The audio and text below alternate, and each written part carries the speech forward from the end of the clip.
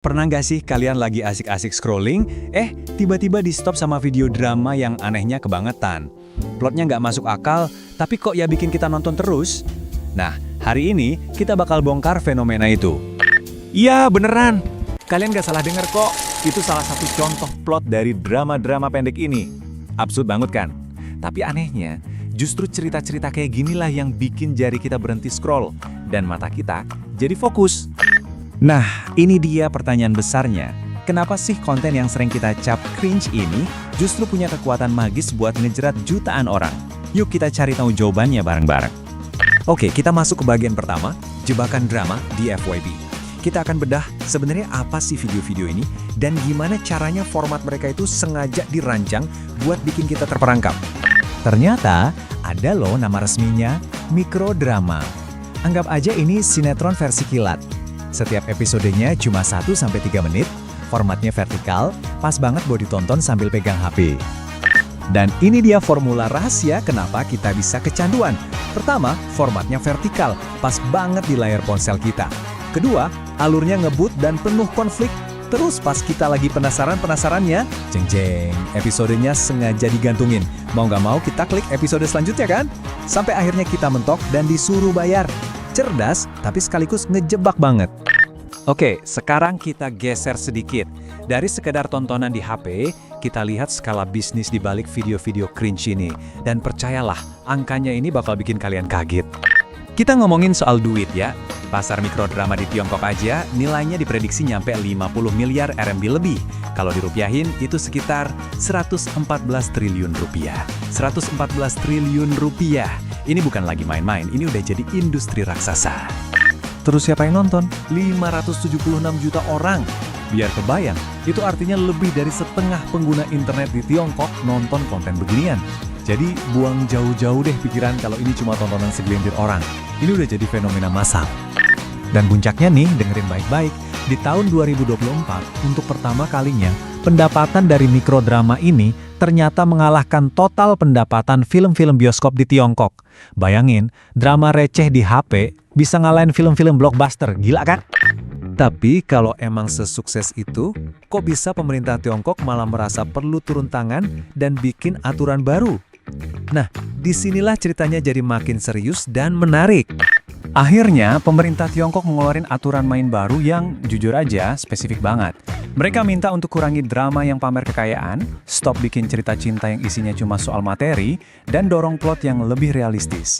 Intinya, pemerintah khawatir narasi-narasi fantasi ini mulai dianggap sebagai kenyataan oleh masyarakat. Tapi pertanyaannya, kenapa sih pemerintah sampai segitunya? Emang seberbahaya itu ya? Ternyata, narasi fantasi ini menyentuh sesuatu yang sangat fundamental dalam psikologi kita sebagai manusia. Yuk kita bedah.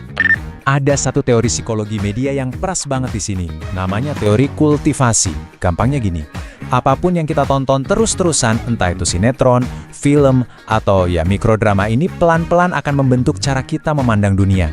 Media tuh kayak petani yang lagi nanam ide di kepala kita. Jadi, poin pentingnya adalah, makin sering kita lihat cerita si kaya raya jatuh cinta sama si miskin, makin wajar dan mungkin rasanya hal itu terjadi di kepala kita. Padahal di dunia nyata, kemungkinannya kecil banget.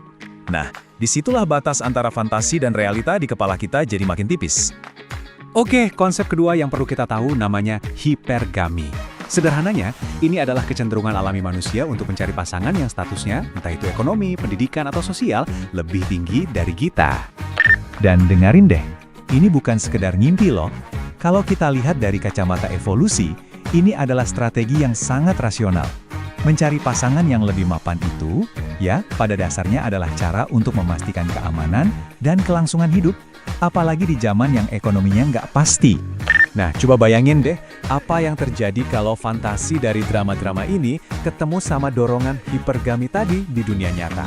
Yang ada adalah kemacetan pernikahan. Ekspektasi semua orang jadi melambung tinggi, tapi jumlah orang yang memenuhi kriteria pasangan ideal itu ya segitu-gitu aja, terbatas. Disinilah kita bisa lihat jurang yang lebar banget antara fantasi dan kenyataan. Di satu sisi, di layar drama, pasangan idaman tuh kayaknya ada di mana-mana dan cinta bisa mengalahkan segalanya. Tapi di sisi lain, data demografis nunjukin kenyataan yang berbeda. Orang makin susah dan makin lama buat menikah, bahkan angka kelahiran terus menurun. Terus, apa dong artinya semua ini buat kita pribadi?